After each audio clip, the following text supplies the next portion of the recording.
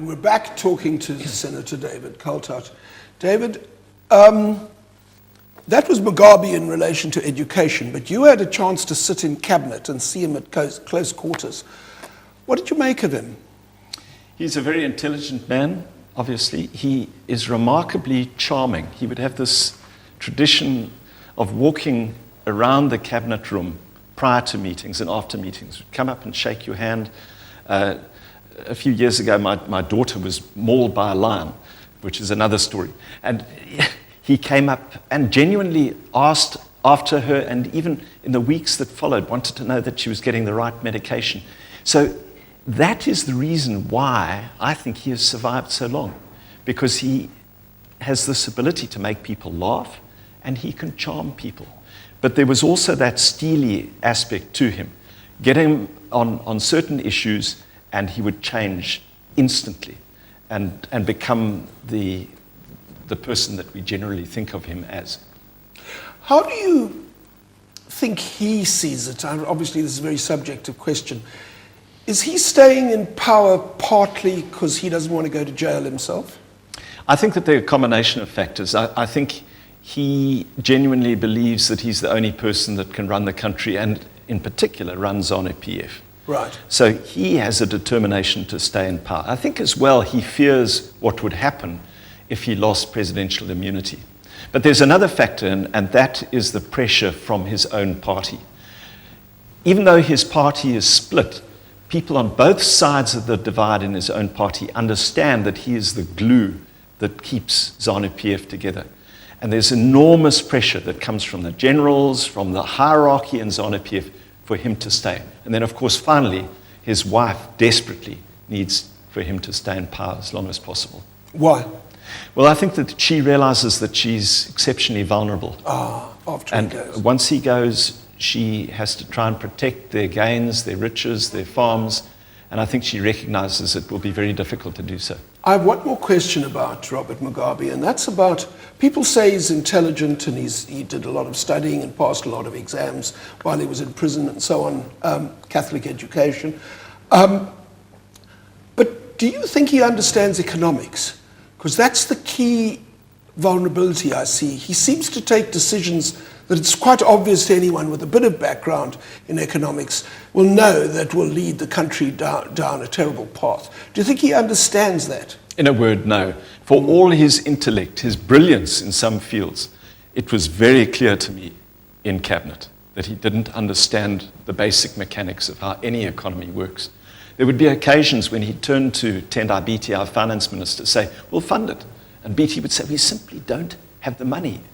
And I think coming from a tradition in his first decade of power where the international community poured money in, and then the second couple of decades of power where he literally printed money. And of course, his own wealth was never affected by that. In fact, it was enhanced by that. But he didn't understand. Because he now owns many farms and so on. He doesn't understand how wealth is actually generated and protected in a normal society. And he is wealthy because he's president. Absolutely. Yeah.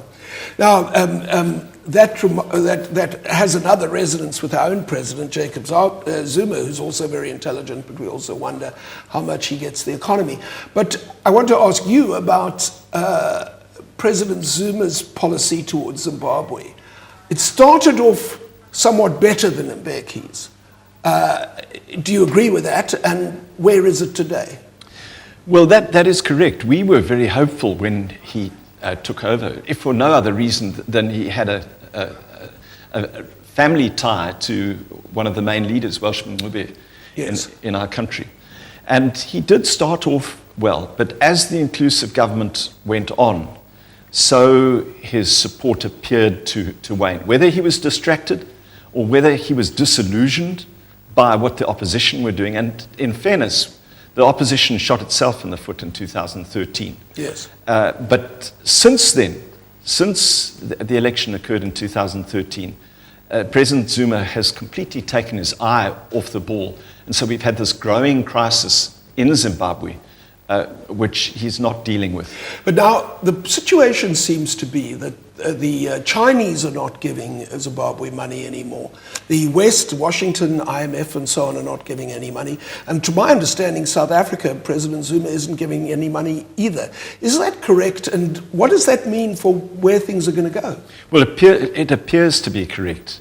There's this shortage of foreign currency. There are no loans coming forward. And I describe the current situation in Zimbabwe as a perfect storm, this unprecedented convergence of a variety of factors. Economic collapse, Mugabe's age, the divisions within ZANU-PF, and importantly, the distraction of the ANC and the region and the West. Yes. People just don't realize that there is this convergence, and it's a very troubling situation. There's another factor, which I don't want to spend too much time on, but having gone on to the American dollar, you've lost your sovereignty because the economy is tied to a very strong the strongest currency in the world. Yep. And as the economy shrinks, you have no ability to deal with interest rates or in any way. So people are just getting more and more desperate. Absolutely. When we first discussed this in Cabinet in 2009, there was a debate about whether to use the South African rand or the US dollars. And we collectively agreed on the US dollar, but it was a mistake because the US dollar is overpriced and so are our exports. My last question is about your book and how it's been received. I understand you had some trouble with the man people think is going to be the successor to President Mugabe, Mnangagwa. A couple of weeks after it was published in March, Mnangagwa issued a statement through his lawyers saying that how I had quoted him was false and mischievous. And there was an intriguing response. I had a somewhat uncomfortable night after the statement because Mnangagwa is a very powerful man. Yes.